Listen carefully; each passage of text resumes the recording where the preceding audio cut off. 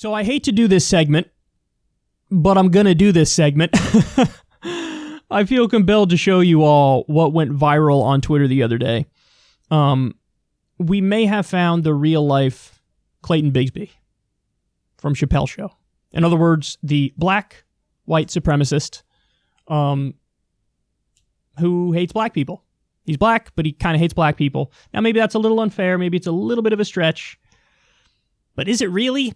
I don't know. You tell me. Let's watch. To relocate it to somewhere that doesn't stand for justice, as our courthouses do. But Say Their Names Alabama has some opposition from about 24 members and supporters of the Sons of Confederate Veterans. Regardless how the next person feel, I'm not going to take my flag down. If I got anything to do with it, ain't no monument going to come down. Daniel Sims says he was adopted as a child. My whole family's white. Went to all-white school, grew up in an all-white neighborhood. My grandfather was white, and he was the main one that fought in this war here. And he's taught me everything I know. He explains how he'd feel if the statues and flag were relocated. It may make my blood boil if they just come up here and feel like they can just tear it down. I don't see me still living if they do that right there. That monument ain't hurting nobody. That monument ain't killing a soul. It ain't talking bad to nobody. It ain't even racist. But by the way, there's another video. Somebody tweeted it at me, and I saw this guy. There's a black woman who walks up to this group of guys protesting for the Confederate monument or flag or whatever it is.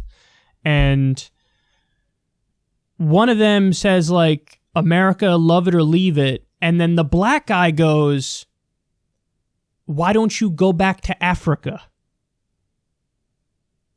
So the black guy tells a black woman,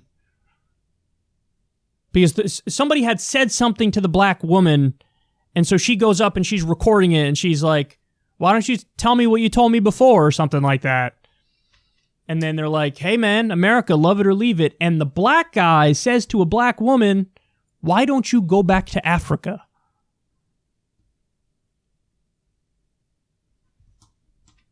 Amazing. Amazing. Now, first of all, let me say, congrats to this guy on winning the 2024 Republican nomination for president. You know, I'd love to have a conversation with this dude's grandfather. I guess he passed away, but fascinating. So you fought for the Confederacy. Fought for the Confederacy.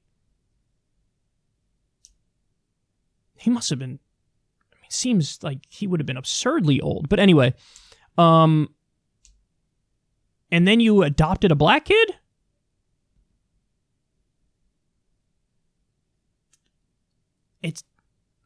The story is just like, it's mind-blowing. Like in the Clayton Bigsby skit, the Dave Chappelle Clayton Bigsby skit, the black white supremacist, you should watch it if you haven't.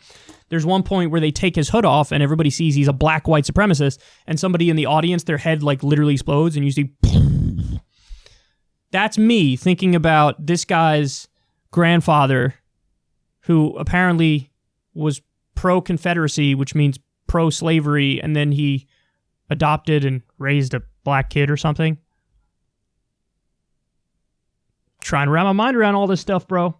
Trying to wrap my mind around all this stuff. I want to be kind. I want to be nice. You know, like a lot of people, they make this argument all the time. Oh, it's history. It's not hatred. Okay, but then why did you tell the woman who was black to go back to Africa? I don't... Like, things mean what they mean.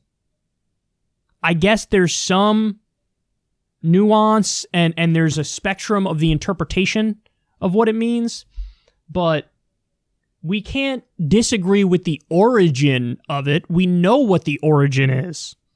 We know that this particular Confederate flag came about in the Civil Rights era, and the whole point of it was to say, screw you to the people who wanted to end segregation. Screw you to the people who wanted equality, civil rights, and voting rights. That's the whole point of that Confederate flag. This isn't even the original Confederate flag. This is the one that came about during the 1960s as a direct response to the civil rights movement to say, screw you to them. Same with all the Confederate monuments across the South. They all were put up during the civil rights movement to say, hey, know your place. Yeah, we're putting up a monument to a Klansman. Know your role, know your place. And then you got, I guess there's always going to be some people, right? There's always going to be some people. And here we have a black guy who is like super duper pro-Confederacy. Twitter was blowing up with this, bro. Twitter was blowing up with this. People are like, that is literally this is the Dave Chappelle sketch. This is the Dave Chappelle sketch right here. The other person I want to talk to about this, other than this dude's grandfather, who I can't because he's dead, I'd also like to talk to all the other white people there with him. I'd like to talk to him too. And I'd like to talk to Dave Chappelle about this and see what he thinks about this guy. I'd love to hear what people think about him. Identity is such a weird thing, isn't it? I feel like identity is a very, very strange thing. And clearly a lot of it really does come from your formative years when you're a kid.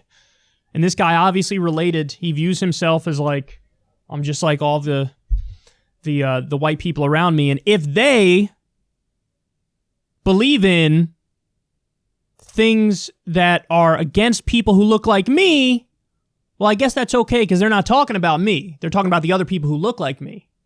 But I'm one of the good ones. I don't know. I want to know what's going on in his mind. I do. I want to know exactly what's going on in his mind. I'd love to hear it out. I'm not even talking about from like, I'm going to be super judgy perspective. From a sociological perspective, I'm fascinated by this. Like, I'm really mind blown over this. So I'd love to hear it out. Some sociologists should seek this guy out and really get some interesting information on him because this is wild.